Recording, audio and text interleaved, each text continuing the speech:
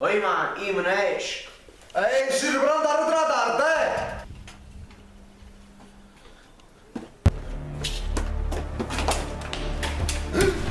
Oi man, sto padrone di casa qua fuori. O padrone di casa.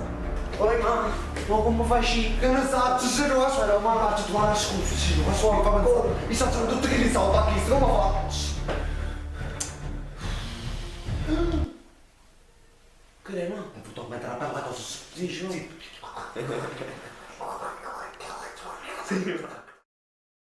Signor, ma siamo arrivati a 5 persone qua, e come fa? E ben che non mi trovo, e ben che non mi trovo, e ben che non mi trovo. E mo me la darassi i soldi, signor. Ma voi tenete ragione, tenete tutte ragioni che sto mondo, voi. Io ci sono stato a casa, non ci ho potuto stare perché sono stato operato, veramente. Quando stavi in campagna, stavi a cogliere le patate, ci non so sapere, ci non so sapere. Mentre stavo cogliendo le patate, bello e buono un leone zumbato con la cera, un solo leone.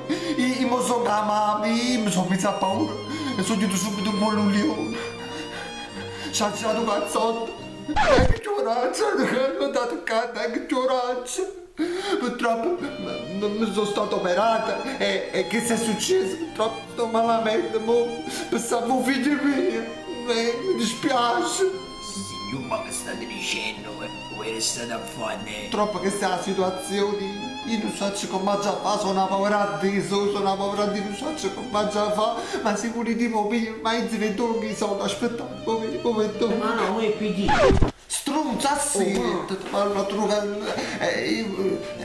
questa è... No, signor, non vi preoccupate, se arrivate a questo punto, pensate prima alla salute, facete crescere coraggio, non so, non vi preoccupate, aspetterò ancora qualche mese. Grazie, siete troppo gentili, siete troppo buoni ai cori, voi capite la situazione, volesse stringere la mano, ma... Andate in boccolio, mi dispiace. Va bene, signor, non fa niente, non pensate alla salute, ci vediamo un mese che trasa, va bene? Arrivederci, tante belle cose, pensate prima alla salute, signor. Arrivederci.